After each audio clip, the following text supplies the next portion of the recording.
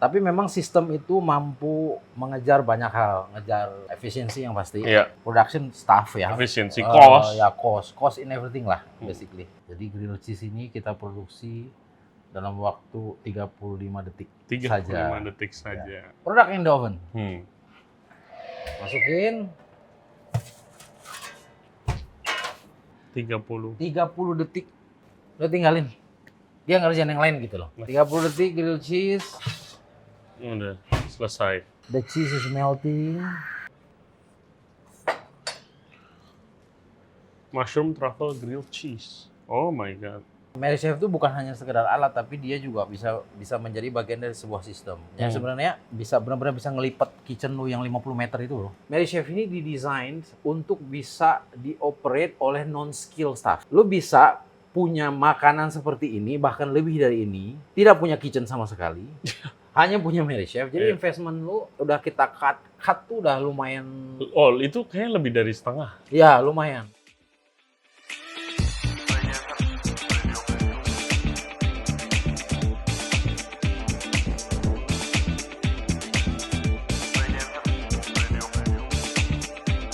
Hello guys, welcome back to the show. Thank you very much for tuning in to Ray Jensen Radio Podcast. Kita hari ini balik lagi di M Cafe atau Masrada Showroom. Buat yang belum tahu, mereka adalah kitchen equipment provider. So make sure reach out to them, kontak mereka kalau kalian butuh kitchen equipment untuk restoran, cafe atau bisnis kalian yang lain. Nah, kali ini kita mau ngomongin soal teknologi dan kita akan masak beberapa item menggunakan Merry Chef Speed Oven. Jadi oven yang sangat cepat juga sangat canggih. Di podcast ini kita akan bahas sama Chef Zul itu bagaimana teknologi bisa sangat membantu kita dalam hal operasional dapur dan juga bisnis kalian. Seperti biasa, jangan lupa subscribe di Ray Jensen Radio Podcast di YouTube, Spotify, and all other podcast platform. Follow kita juga di Instagram di Ray Jensen Radio dan juga di TikTok. Oke, please welcome Chef Zul. Enjoy the show. Oke guys, jadi kita di sini udah sama Chef Zul lagi. Apa kabar saya? Baik. Ya, jadi kita mau ngomongin tentang speed oven, ya khususnya ini Merry Chef Connex. Jadi kan kita belum pengalaman lah, banyak dari kita yang belum tahu speed oven itu kegunaannya apa aja, dan ternyata bukan cuma untuk manasin roti sama manasin cupcake, muffin dan segala macam gitu kan. Kita di sini mau kasih lihat kalau speed oven itu banyak kegunaannya. Chef, mungkin kita buka dari awal bedanya dulu speed oven dengan microwave itu apa? Apa itu speed oven? Ya. Jadi sebetulnya namanya juga speed oven ya. Jadi satu hal yang dicari ketika mau membeli atau mau menggunakan speed oven adalah mengejar speednya. Ya, jadi ibaratnya gini, misalnya di dalam sebuah restoran, restoran itu ada isu lah, gitu ya, atau target yang ingin dicapai, which is itu restoran gue rame banget, terus gue mesti deliver food within seconds kalau di Merry Chef ya, bukan minutes lagi. Udah mainnya detik nih ya? Udah mainnya detik gitu. Detik, berarti gue mesti cepat nih servingnya, berarti Merry Chef is the answer. Nah, kembali ke perbedaan antara speed oven Merry Chef dengan oven biasa ya, convection oven atau kombi oven. Kombi yang kemarin kita bahas. Atau dengan microwave ya. Microwave. Nah, jadi mungkin kalau saya bisa jelaskan secara singkat, speed oven itu ada apa sih di balik mesinnya tuh ada apa sebenarnya ya. Yang pertama tuh ada convection. Which is itu kalau kita bilang convection itu adalah distributed airflow. Jadi udara yang dipanaskan yang dikipasin. Nah, itu ada di kombi convection tapi tidak ada di microwave. Nah, yang kedua ada microwave itu dihasilkan oleh sebuah alat bernama magnetron ya. Magnetron itu kan kalau convection itu atau kombi mode basah dengan kering itu kan ya ruangannya dipanaskan menggunakan gas atau elemen, kemudian distribusikan melalui fan. Kalau microwave itu wave kan, jadi dia bergelombang. Dia kerjanya pakai wave, dan kemudian gelombang yang dihasilkan oleh magnetron ini ada tiga isi makanan atau kandungan makanan yang kita bilangnya bereaksi paling cepat. Oke.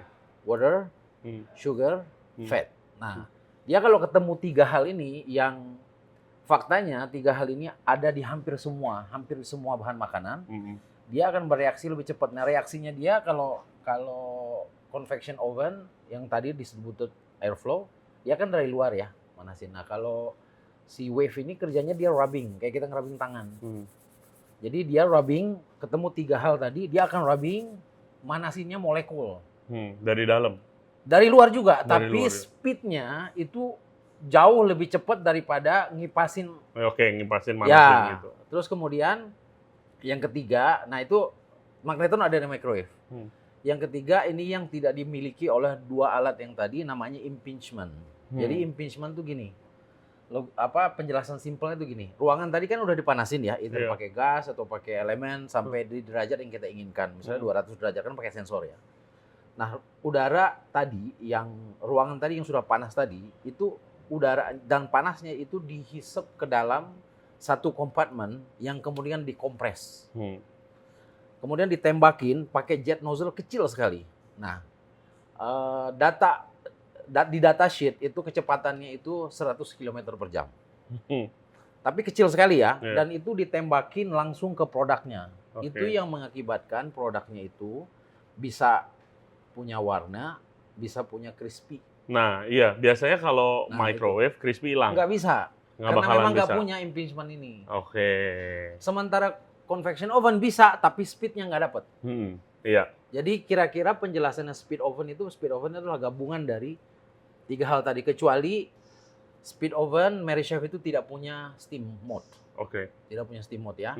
Kemudian kelebihan selanjutnya adalah kalau microwave nggak perlu, kombi itu perlu hood, perlu ducting dan lain-lain. Iya, nih. Sementara Merrychef itu dia sudah ventless. Kita bilang ventless karena dia pakai katalis. Jadi semua udara, semua bau nanti dipanasin pakai catalytic converter namanya. Jadi begitu dia ngelewatin itu, udah asapnya nggak ada, udaranya nggak bau. Itu satu teknologi menggunakan katalis yang sampai dapat sertifikasi ventless ya. Jadi Merrychef itu bisa masak di front of the house, mostly front of the house ya, dengan tanpa harus pakai hood. Iya, jadi, itu udah hemat hood tuh. Hemat hood.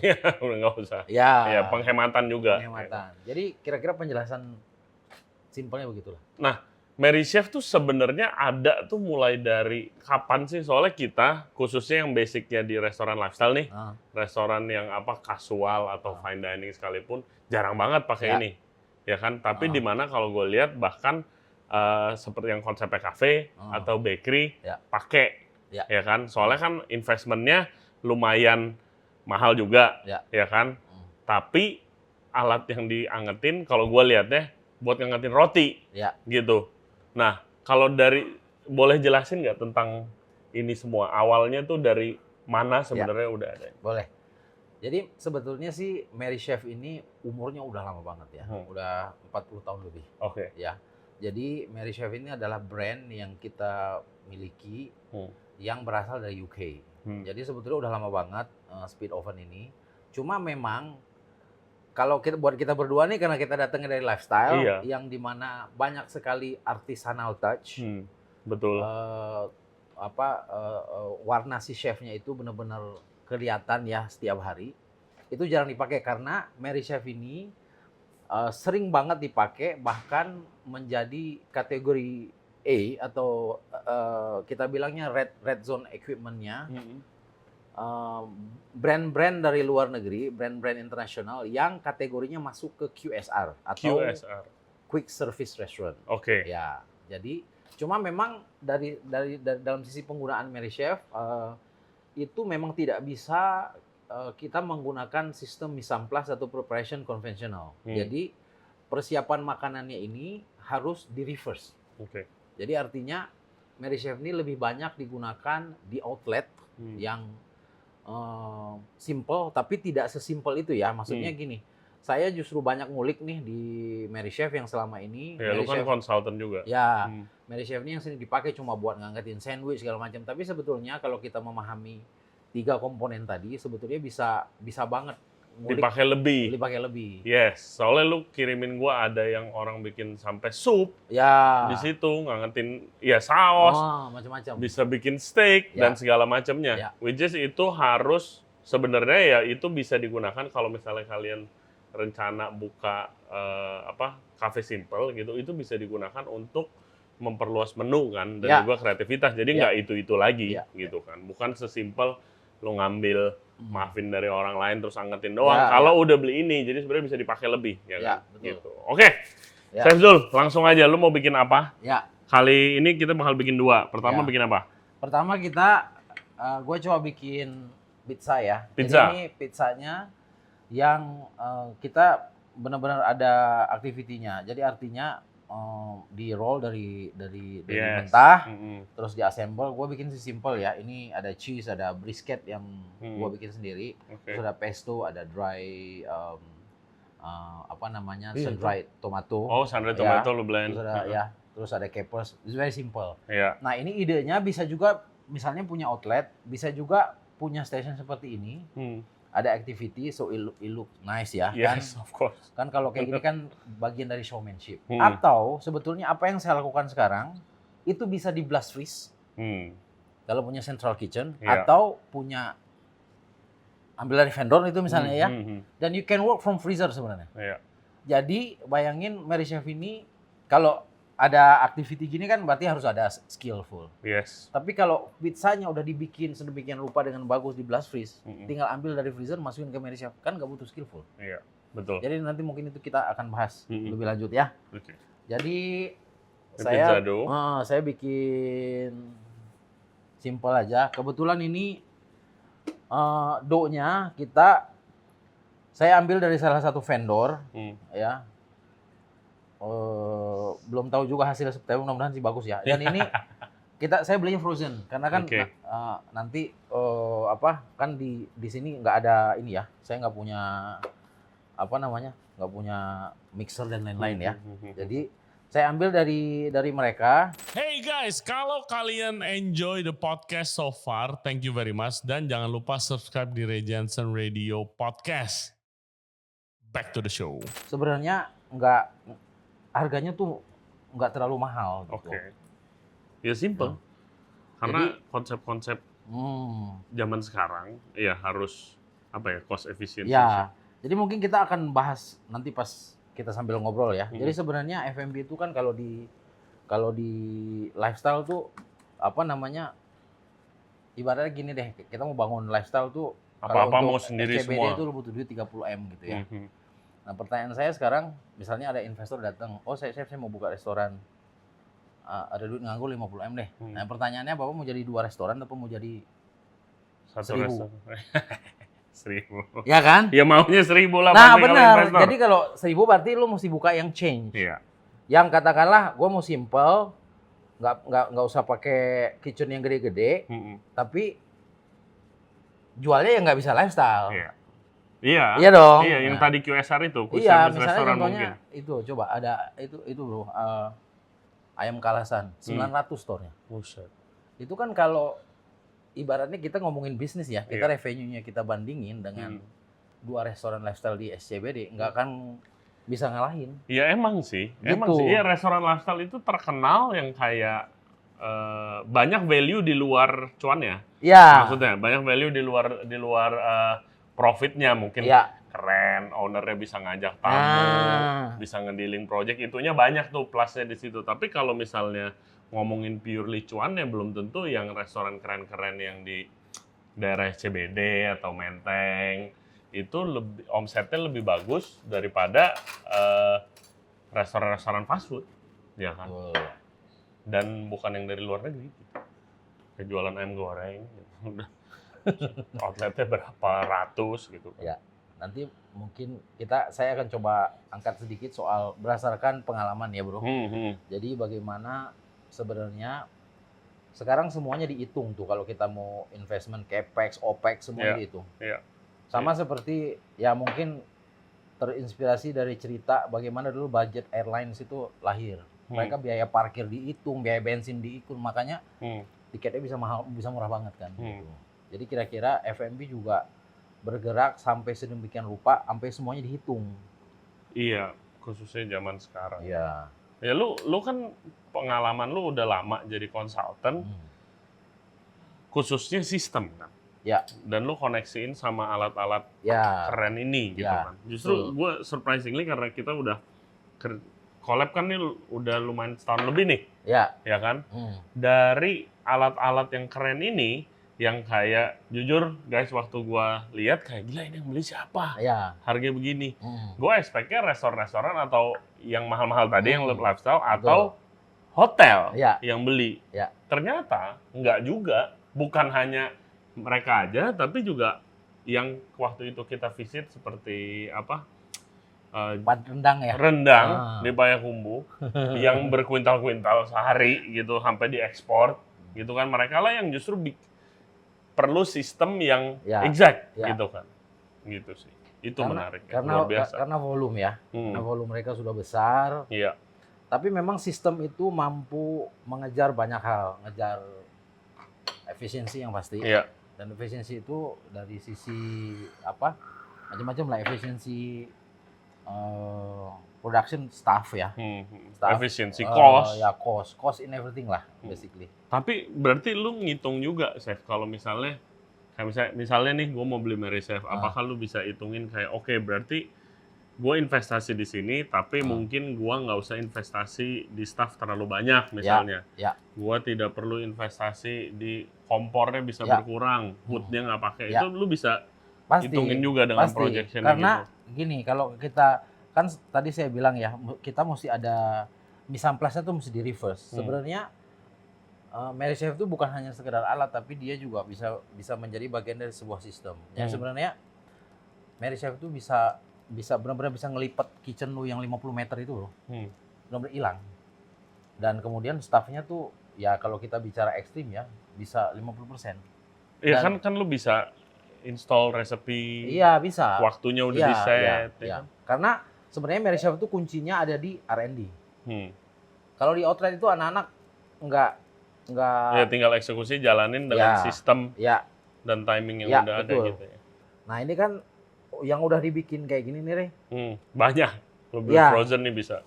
Tapi maksudnya kadang-kadang kan kalau kita beli dari vendor ya kurang bagus ya. Jadi kalau seumpamanya nanti memutuskan bikin beberapa store gitu ya. Ya lu bikin sendiri. Lu bikin sendiri, lu blast freeze. Iya, lu blast freeze. Lu kirim ke outlet, udah nggak usah mikirin apa-apa gitu. Karena Mary Chef ini full proof system bro, karena itu pun resepnya udah diinstal. Jadi siapa aja tinggal pencet, terus serving udah beres. Gitu. Kita kasih brisket. Saya kasih ini sun-dried tomato.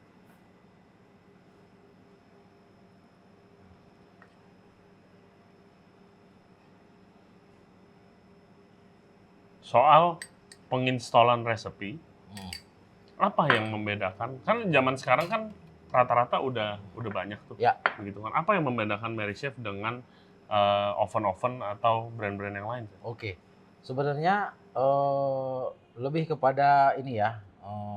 Kalau Mary Chef itu kan sebetulnya teknologinya sangat canggih ya, sampai itu sensor yang kita punya posisi magnetron segala macam itu kita hitung ya. Pada akhirnya memang perbedaan antara Mary Chef dengan brand yang lain itu adalah hasil ya, hasil. Saya rasa kalau brand yang lain itu mungkin ini restriction-nya jadi dari kualitas alat ya. Jadi kalau Mary Chef itu kan hasilnya benar-benar bisa lumayan mikroskopik gitu ya. Oke, Chef. Ya. Ini kan lo ada underliner nih. Ya. Apakah ini khusus Mary Chef? Jadi harus pakai ini. Yes. Terus habis itu apakah udah disediain dapat semua apa lo harus beli putus? Nah, jadi kita nih sekarang lagi coba di Mary Chef yang seriesnya tuh Connect 16 ya. Oke. Jadi artinya 16 inch ya, lebar cavity-nya. Nah, kalau beli Mary Chef tuh dapat pedal kayak gini, terus ini solid basket, sama ini liner. Nah, perbedaannya ini udah pas beli udah udah sepaket lah. Ya. Jadi kalau yang ini biasanya sebenarnya pizza di sini juga bisa. Gitu. Tapi karena kita punya liner dan liner ini dia bisa induction heat. Jadi artinya kan itu platformnya besi ya, nanti Iya. bisa dilihat. Nah, jadi dengan taruh pizza di liner ini, dia benar-benar inducting nih, bukan Oke. cuma ngelapisin doang. Jadi lu bisa dapetin Kerasnya. kerasnya di bawah lebih bagus daripada ada di sini gitu loh. I see. Itu aja makanya gua menggunakan liner. Tapi sebenarnya pas nanti beli Merisha dua-duanya dapat. Jadi kalau nyari mungkin yang lebih ngekeras, lebih garing, lebih warna, lebih bagus ada Ya, ininya. lebih bagus pakai liner. Oke. Ya, Siap. nanti kita lihat. Oke. Kita langsung Nah, ini mulai. kalau pedal mah udah pasti dapat. Udah pasti dapat Semua pedalnya, dapat ya. Oke. Jadi kita tinggal tarik, Sip. terus saya pencet ini udah ada nih pre-programnya pizza ya, pencet. Produk in the oven dibuka, tinggal didorong aja nih ke dalam. Oke. Tutup, that's it. 1 menit 30 20 detik ini. 1 menit 20 detik. Dan ini lu udah install sebelumnya. Udah, ini kan hasil dari R&D lu. R&D resipinya dilakukan di R&D. Oke. Jadi di outlet udah nggak ada pencet-pencet lagi.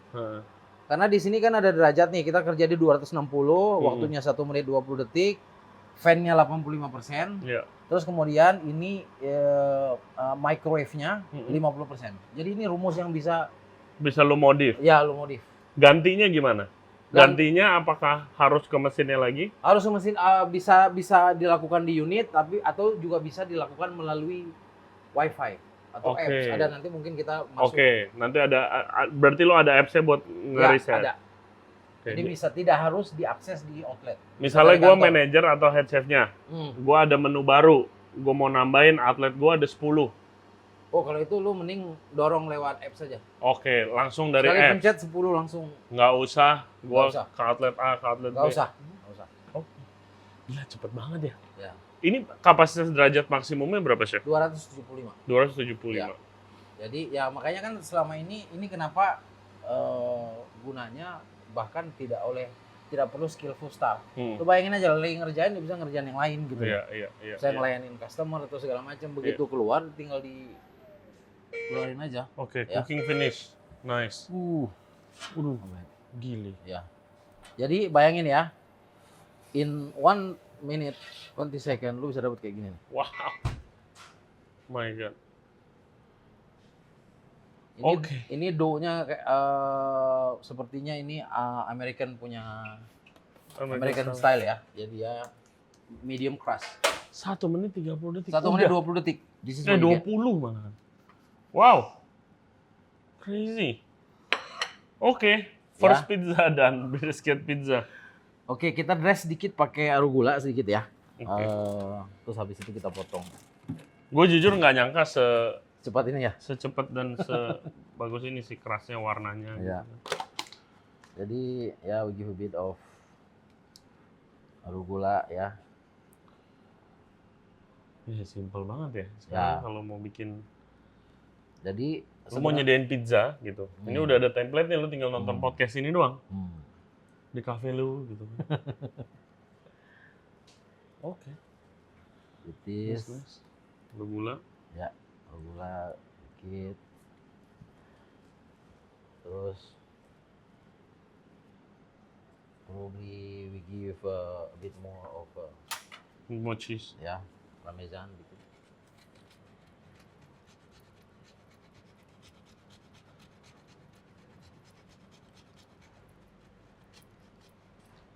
Nice. Oke, first recipe udah jadi. Ini brisket pizza with pesto, sun-dried tomato, and arugula. Kita mau beres-beres bentar, masuk ke menu berikutnya. Oke, let's go. Oke, we are back. Jadi next, kalau tadi kan udah bikin pizza nih, rada ribet dan butuh skill. Ini kali ini lu mau bikin sandwich yang lebih simple lagi. Oke, apa lu mau bikin apa? Ya, jadi kita bikin grilled cheese sekarang. Grilled cheese sandwich. Jadi very simple, ini white toast. Terus kemudian ini buat taruh, pertama mozzarella dulu. Mozzarella dulu. Ya. Jadi grilled cheese ini kita produksi dalam waktu 35 detik 35 detik saja. Ya. Sama seperti pizza ya. Grilled cheese ini sebetulnya di prep bisa juga menggunakan sistem cook and freeze lah ibaratnya. Jadi lu assemble kayak sekarang gini. Oke. Lu blast. Lu blast freeze. Lu kirim ke outlet, tinggal dimasukin ke Merrychef, nggak usah ngapa-ngapain.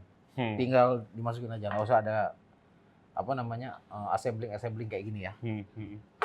Jadi, nah tadi kan kita udah nyentuh dikit tentang resepi, ya kan kalau lu mau update resepi gitu. Itu kan sistemnya namanya apa?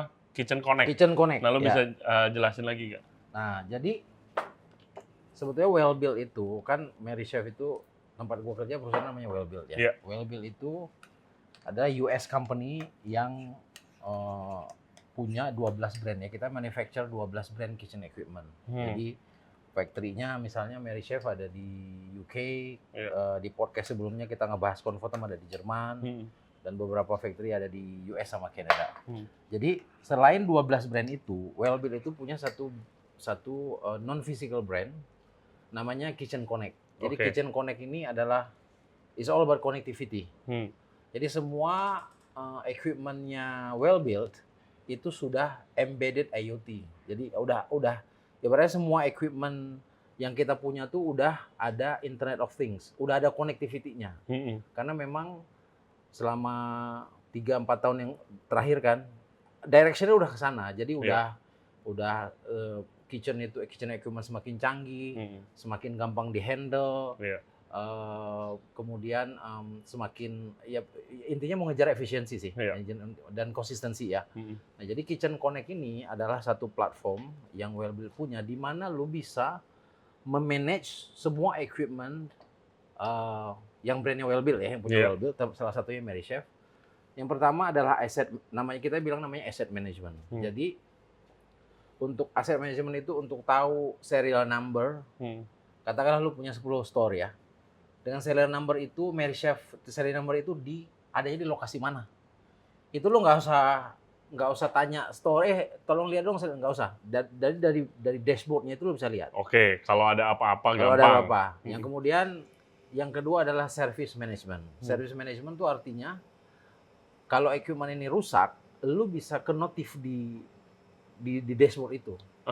Jadi lu nggak harus ibaratnya nggak harus nunggu, lu nggak harus ada di store untuk tahu bahwa equipment lu itu lagi ada masalah.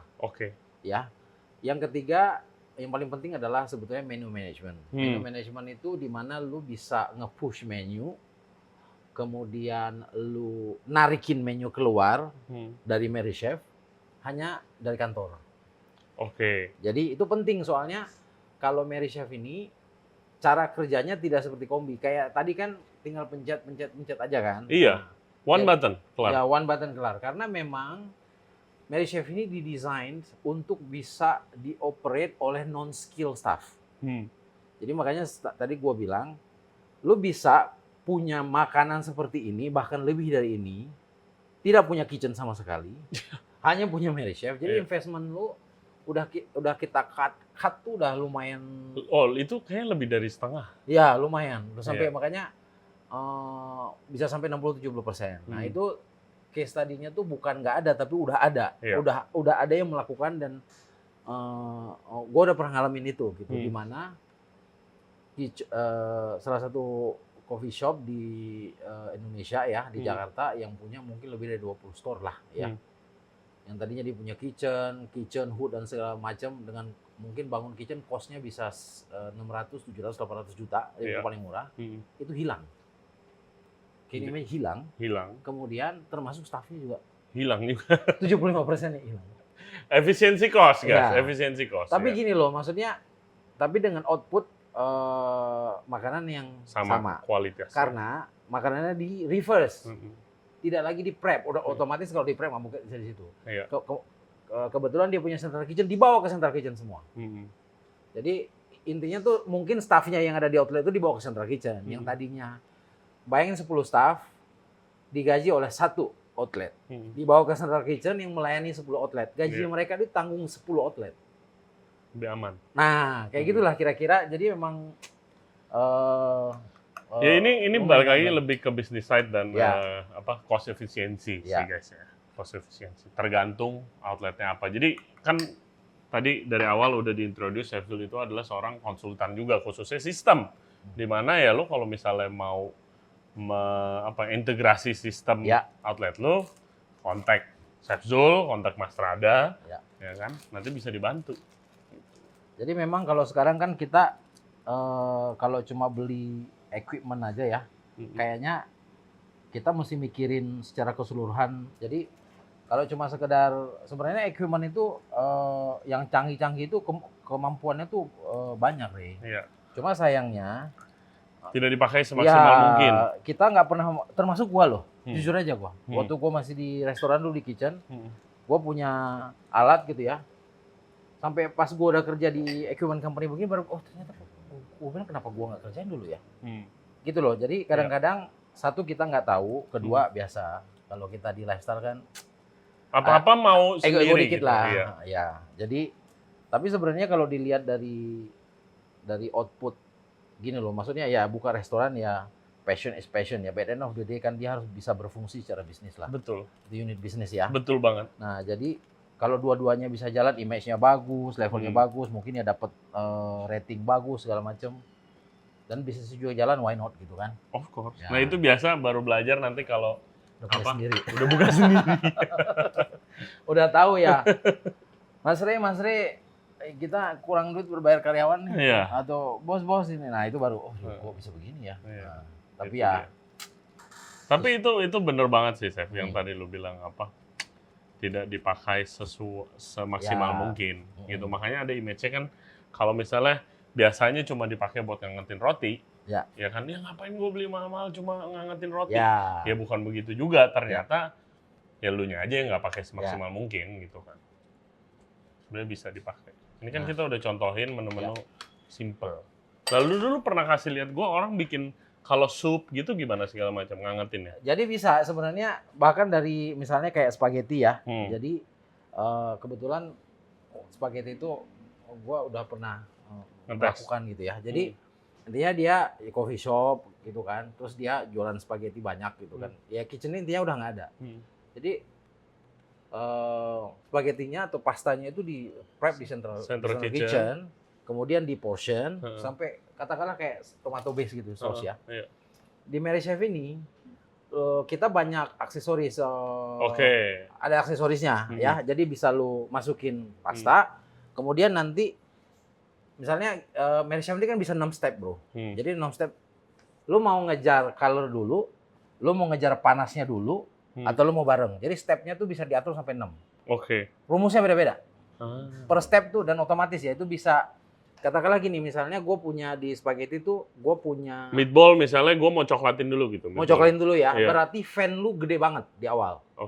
Fan lu mungkin 90%, 90 detik, terus yang magnetronnya dikecilin 10%. Yang kedua, lu pengen ngejar panas ya, karena kalau lu cuma color doang, ntar dalamnya belum panas gitu. Di step yang kedua, lu bikin 50-50. Di step yang ketiga misalnya, lu bisa turunin sampai 6 step. Nah, habis itu dibuka saus baru masuk. Nah, within that step, lu bisa juga masukin message. Katakanlah yang kerja di outlet itu bukan chef, ya kan? Dia maksudnya simple pengalamannya outlet ya.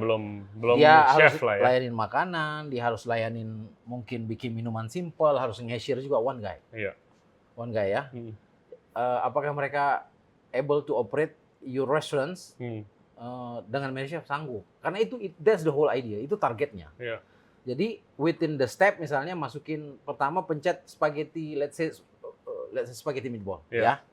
Lu pencet profile yang keluar message-nya tuh, masukkan spaghetti. Nah, masukin tuh spagettinya aja. Spagettinya aja. Apa gitu datang berapa detik keluar message, masukin saus. Selanjutnya bisa gitu. Jadi bisa sampai di guide. Very simple. Sedetail itu sebenarnya ya. Nah, jadi ini grilled cheese, very simple. Gue kasih mushroom, ada truffle-nya dikit. Terus ada beberapa cheese di dalam. Nah, bayangin kayak gini, lu bisa prep, lu bisa. Ini tinggal dibekuin. Iya, tinggal dibekuin. Masuk. Ya. Merry Chef. Masuk. Oke. Sekarang kita masukin ke Merry Chef. Jadi gue tetap pakai liner yang sama dengan harapan dia bisa inducting more heat dan colornya lebih bagus daripada gue pakai solid basket ya. Oke, let's go. Sekarang kita masukin nih. Ya, ini kan gue udah ada program grill cheese nih. Oke, tadi pizza ini grilled cheese. Tinggal gue pencet nih. Produk in the oven. Masukin. Lo tinggalin. Dia ngerjain yang lain gitu loh. That's the whole idea. Jadi kalau 30 detik. Nah, ini kalau misalnya ada notif kan cepet banget nih Chef, 30 detik. Apakah dia kalau gua nggak angkat dia akan lanjut terus dong? Apa gimana? Enggak, dia akan profilnya akan berhenti, dia akan bunyi terus yang mengganggu lu. Sampai lu buka. Tapi itu biasanya yang pakai step itu, biasanya yang profilnya lebih dari 30 detik. Iya, yang lama. Karena kalau dibiarin dia juga agak jadi gosong. Iya, jadi gosong. Ya. Selesai. 30 detik grilled cheese. Udah selesai. Ya. Jadi kita bisa lihat ya. The cheese is melting. Terus saya potong aja ya. The toast is crispy. Ya.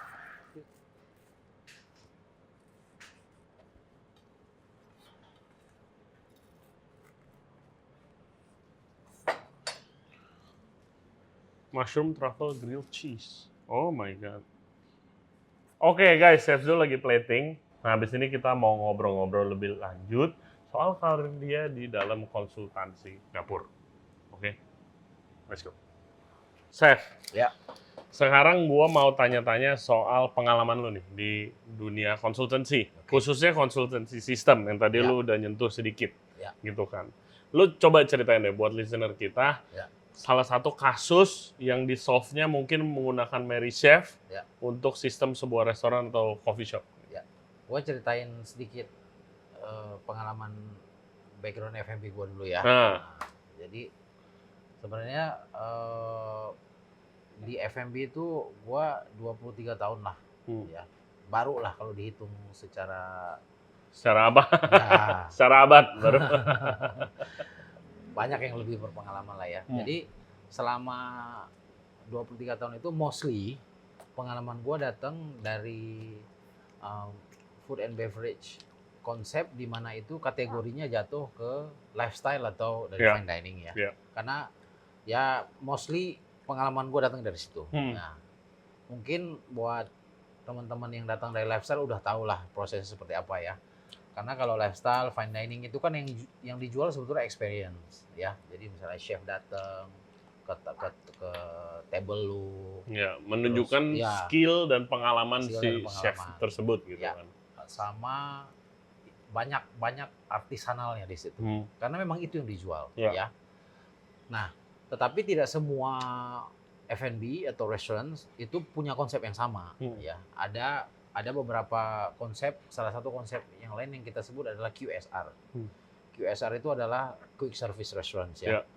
Quick service restaurants itu agak berbeda nih sama lifestyle. Kalau lifestyle itu mungkin lebih ke human centric ya. The people behind the concept and everything, karena memang itu yang dijual. Tapi kalau QSR it's 100% system. Yang mereka kejar itu akurasi, konsistensinya itu lebih tinggi daripada lifestyle restaurants. Ya. Nah, jadi disitulah gue banyak mengalami di mana gue harus melakukan analisa. Bagaimana sih bisa ngejar konsistensi, bisa ngejar efisiensi di jenis kategori yang kedua ya. Soalnya kan biasanya kalau QSR itu harganya pasti jauh lebih murah daripada lifestyle. Berarti si bisnis ini harus jual lebih banyak. Dengan cuannya mungkin tipis, tapi harus jual banyak. Ya kan? Dan cepat. Jadi katakanlah gini, misalnya salah satu capital holdernya atau pemilik modalnya bilang gini, chef saya mau buka restoran. Katakanlah mulai dari situ ya, dari awal. Saya mau buka restoran. Saya akan tanya pertama, mau kayak apa? Atau enggak dia mulai dengan, oh saya ada budget 50M lah misalnya. Dari 50M, ini mau dijadiin bisnis F&B kayak apa? Jadi ya pertanyaannya mungkin mau yang seperti apa? Ya. Terus kemudian jika memilih lifestyle dan itu lokasinya di SCBD, udah pasti lu dengan working capital butuh duit 25-30M. Satu restoran tuh. Satu restoran. Ya. Dengan interior design yang lu harus bayar yang 20 juta semeter dan lain-lain ya. Jadi pertanyaannya dari gua ke mereka adalah, Bapak mau jadi berapa restoran? Mau jadi 2 restoran atau mau jadi 500? Gitu ya. Jadi ini 2 point of view yang sangat berbeda. Seperti kita tahu bahwa memang kalau lifestyle dibuka itu kan alasan macam-macam. Tergantung, kalau ownernya memang passion di restoran, Ya. gua pengennya buka restoran fine dining. Ya nggak apa-apa juga. Ya, Iya gitu, tapi kan nggak semuanya begitu. Betul. Ya. Nah, jadi kalau seumpamanya dia memilih QSR itu, kata lain itu adalah change, ya. Change itu handlingnya itu tidak seperti lifestyle. Jadi mereka tuh sangat kuat di forecasting. Ya. Oke, itu gue nggak ada pengalaman di chain restoran. Forecasting artinya gini, karena untuk ibaratnya gini, untuk balik modal, untuk dapetin capital gain, untuk dapetin market share dan lain-lain. Jadi ada gini, Ray. Ada yang orang buka perusahaan restoran, dia harus spread distribution untuk gain market share setinggi mungkin. Yeah. Salah satu cara gain market share itu adalah lu mesti distribution. Yeah. Jadi lu msti hadir sebanyak mungkin di sebuah tempat. Yeah. Outlet lu banyak di mana-mana. Outlet lu banyak, gitu. Ya. Jadi karena ada mungkin salah satu tujuannya adalah dia pengen dapetin market share karena sebenarnya tujuannya itu nggak pernah membuka restoran, dia mau jual tuh perusahaannya. Bisa juga. Jadi dia capital gain, gitu loh. Lo gini, sebuah restoran yang ibaratnya gini lah, mungkin ini yang gua dengar dari orang investment ya. Gua punya perusahaan revenue-nya 10M, tapi gua punya marginnya 15%, net marginnya. Sama, satu lagi gua punya sebuah restoran, tapi revenue-nya 100M. Tapi gue punya margin tipis banget 5%. Yang akan dibeli itu yang kedua. Oke. Ya. Karena lebih besar. Bukan itu aja. Intinya jawabannya ini dari mata investor ya yang gue dengar. Dia bilang kalau yang kedua, barang tuh laku. Barang lu tuh dibeli orang. Iya. Masalah margin 5% apa 10% itu mah tergantung gimana lu ngurusnya. Tergantung sistem yang lu bangun. Ya, bisa jadi lu nggak bisa ngitung. Jadi dia beli tuh perusahaannya. Iya. Terus dibenerin lah. Terus dibenerin market, maksudnya net marginnya jadi 7% 8%. Sementara yang kedua itu yang beli itu sedikit. Jadi mau diaduk kayak apa juga nilainya juga kecil. Nah, itu ada yang tujuannya memang bangun chain gede, dijual perusahaannya. Tetapi ada juga yang memang mau punya sendiri gitu. Jadi tetap dia mau distribution segala macam. Makanya QSR itu kembali ke forecasting itu. Biasanya dari pertama buka, mereka tuh udah punya short term plan. Long term plan, ya short term katakanlah 3 tahun. Tahun ini gue mesti tumbuh 70 store. Tahun depan gue mesti tumbuh 60 store. Itu harus karena apa ibaratnya growth-nya tuh mesti udah dipikirin. Nah, bagaimana caranya kembali ke equipment kan dia mesti budgetin itu per outlet tuh berapa, bro? Iya. Benar nggak? Kalau seumpamanya lu bangun kitchen 600-800 juta, 600 kali 10 6M. Diganti sama Mary Chef is nothing. Iya. It's like 15% of it. Ya. Jadi itulah salah satu analisa yang gua harus lakukan. Yang kedua dari manning. Ya. Kita tahu manning di F&B itu sulit banget karena sangat apalagi zaman sekarang. Ya, yang konsisten yang skillful dan lain-lain ya. Nah, jadi salah satu yang dieliminasi itu adalah I'm sorry to say but that's the truth. Yang dieliminasi adalah manning. Ya. Cut off. Terus efisiensi konsistensi produk. Hasilnya sama karena mesin yang ngerjain. Ya. Hasilnya sama, cost-nya sama, wastage-nya mungkin akan sama, projection-nya. Terus yang ketiga adalah dari reverse preparation tadi, lo akan gain yang namanya economic of scale. Jadi gini, kan harus volume. Tadi kan lo udah ngomong itu volume ya. Lo produksi brisket sebulan 100 kilo. Gue produksi brisket sebulan 10 ton. Per kilonya gue pasti lebih murah dari per kilo lu. Karena gue bulk. Belinya ya. Bulk ini ya, bulk preparation. Nah kemudian belum lagi kita ngomong central kitchen. Central kitchen itu kalau pakai sistem bukan hanya equipment ya. Jadi harus ada sistemnya. Satu orang, kayaknya dulu gue pernah cerita deh. Gue pernah bikin central kitchen yang tadinya isinya 168 orang staffnya menjadi 68 orang dengan output yang persis sama. Itu alatnya yang alat dan sistemnya. Dan sistemnya. Ya, jadi Jadi at the end of the day bagaimana caranya, maksudnya ya kita bicara restoran, good product, good image dan lain-lain, tapi juga dia harus berfungsi secara bisnis ya. Nah, pengalaman lu gimana dari di podcast sebelumnya kita baru tahu ternyata background kita kerja di restoran yang sama waktu itu, fine dining, kan, beda zaman aja. Terus lu juga banyak di restoran lifestyle. Begitu lu ketemu yang begini pada waktu karir lu untuk bangun bikin sistem, bantu forecasting, dengan alat-alat yang lu biasa nggak pakai, itu pengalaman lu dulu gimana sih untuk penyesuaiannya? Jadi kan gua suka observe ya, terus gua suka curious sama sesuatu yang gue belum tahu. Jadi I observe a lot, I listen to people a lot. Jadi posisi gua sekarang itu allow me to meet a lot of people from a different category of F&B. Dan mereka sebetulnya sudah sangat besar di Indonesia. Jadi itu sesuatu yang gue nggak pernah lihat from the other side sebelumnya. Jadi begitu gue ketemu mereka, gue dengerin, gue observe, I learn a lot juga. Dan kemudian dari conversation itu, dari kegiatan-kegiatan yang gue lalui selama gue kerja di Wellbuild, itu membuat gue berpikir, kemudian menganalisa, kemudian ya gue doyan ngulik lah bro. Jadi dari situ sih, kalau dibilang mengalami semacam wah kok gini ya enggak juga. Jadi gue kalau lihat gitu ya, jadi gue curious aja sih. Perubahan nggak dari mindset lu berarti gila nih kalau gue buka restoran, gue nggak mau buka fine dining lagi. Sebenarnya nggak juga ya. Jadi kan kalau orang mau buka, maksudnya semua kategori itu kan punya market sendiri juga yang sangat berhasil gitu kan. Jadi mungkin perubahan mindset dari gue tuh karena gue pernah punya 2 kali gitu ya. Jadi memang udah terlatih sebetulnya bahwa kalau sebelumnya gue ada di ibaratnya dari sisi karyawan ya, mikir wah gue mesti kayak gini, mesti grade apa segala macam. Cuma itu doang. Sementara begitu gue nyebrang menjadi tetap gue menjadi executive chef dan head of operation sebelumnya, tetapi gue ibaratnya ada saham lah di situ. Itu point of view-nya nambah. Beda. Laku nggak?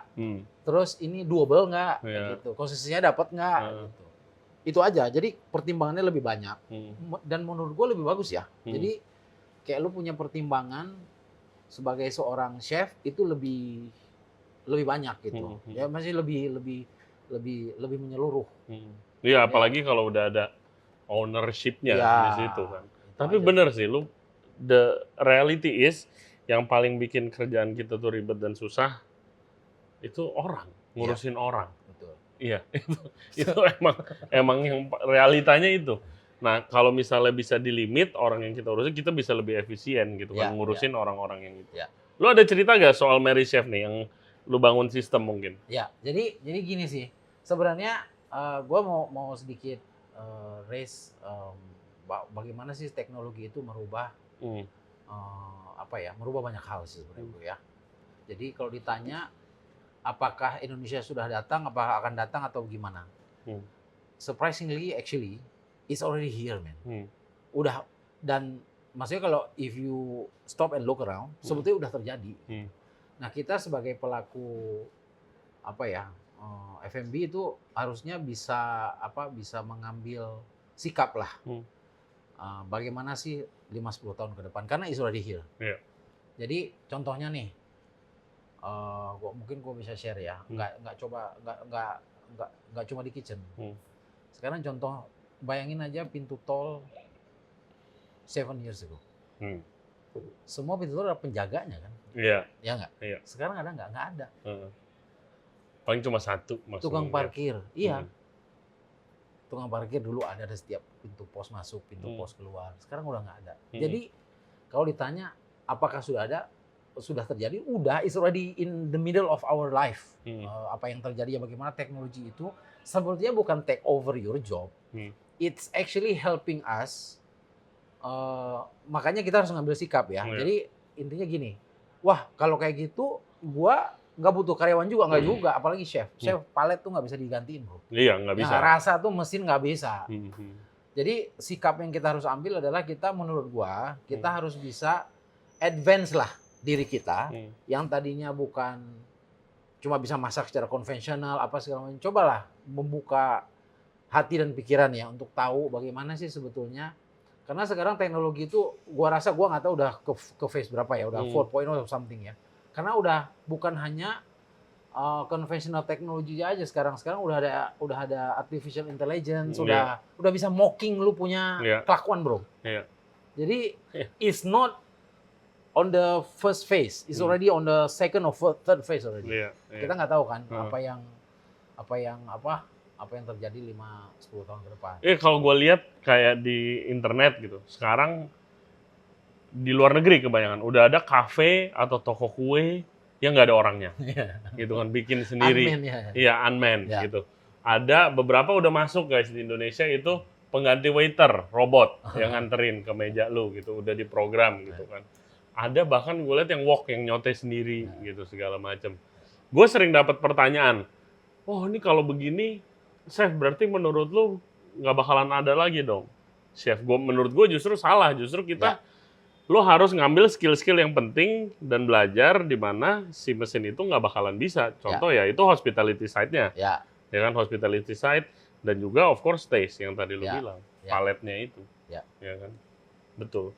Nah kalau Merry Chef sendiri, lo ada cerita nggak soal sistem yang lo bangun menggunakan Merry Chef? Nah, jadi ada salah satu brand coffee shop lah ya di Jakarta tuh udah kalau nggak salah udah 20 store ya, 25 store gitu. 25 store, oke. Tadinya dia perubahannya cukup fundamental sih tadinya ya. Bukan hanya dia punya banyak brand lah, grupnya punya brand. Fundamental tuh artinya apa? Artinya dia betul-betul invest di sebuah central kitchen yang sangat besar, di mana investasinya puluhan juta dolar lah ya.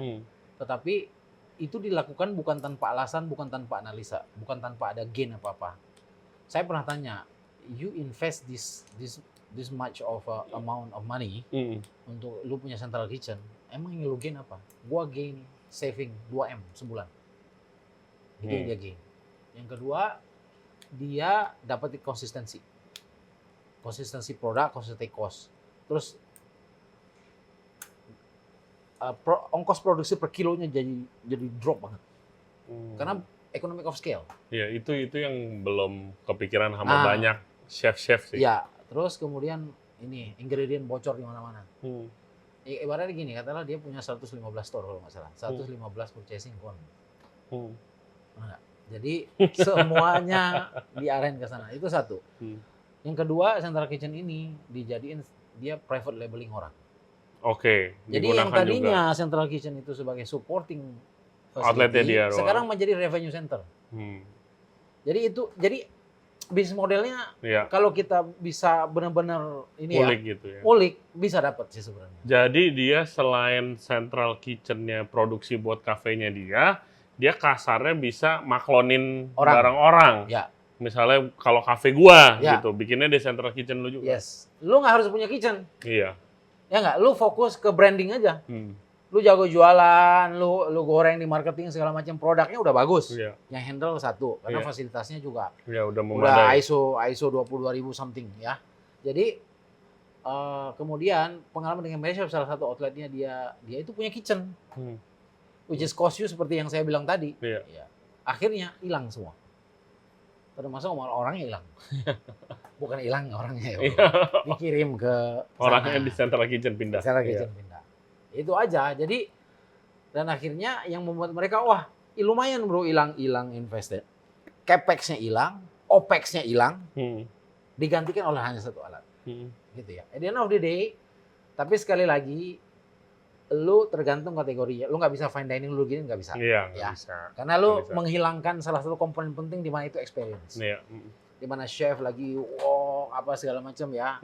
Dia naruh saus, itu bagian dari harga makanan yang dibayar di fine dining. Betul. Jadi nggak bisa fine dining dilipat jadi kayak begini, nggak bisa. Nah, jadi karena dia itu cuma coffee shop yang punya makanan, dan surprisingly penjualan makanan dia di coffee shop itu lumayan bagus. Makanya dia memutuskan investasi di kitchen yang cukup besar. Nah, sampai akhirnya awalnya dia pakai Merry Chef itu cuma manasin roti doang, bro. Croissant, gue bilang. Terus gue makan, gue bilang, ini sebenarnya menu-menu spaghetti segala macam itu bisa masuk sini. Nah, cuma kan nggak bisa kalau di kitchen lu ambil ayam di grill langsung di saus. Kan di Mary Chef nggak bisa. Lu mesti pikirin. Ya mesti reverse lah. Mesti atur bagaimana mise en place-nya, agak diulik dikit supaya bisa jalan di sini. Tapi at the end of the day, spaghetti ambil masukin keluar message, that's it. Dan yang ngerjain itu anak depan, ini anak kitchen ini completely gone.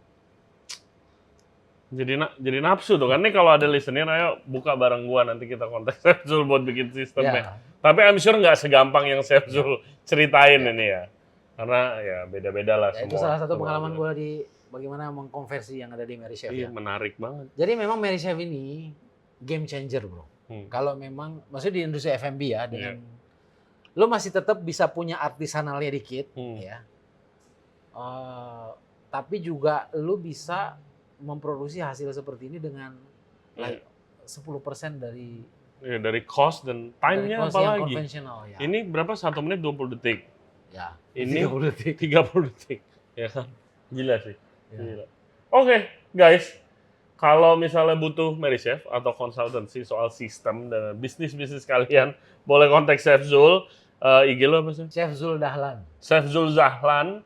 Dan juga kontak Mas Rada, of course, di IG-nya di Mas Rada Group, atau bisa langsung main ke MCafe. Seperti biasa di sini kalian bisa R&D, bisa develop resep, sambil nongkrong sama ownernya, Pak Steven biasanya. Nanti dijelasin secara detail, dan juga aplikasinya ke bisnis kalian seperti apa. Chef Zul, thank you banget. Thank you for having me, thank you bro. Ketemu lagi di produk-produk selanjutnya. Sip. Oke, guys, thank you banget buat yang udah dengerin dan yang udah nonton podcast kita kali ini bareng Chef Zul dan juga Mary Chef Connects.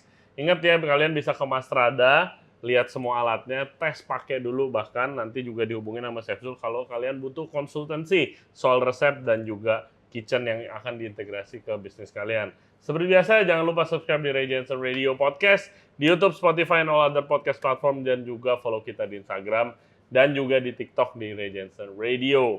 Oke, guys, we'll see you next time. Bye-bye.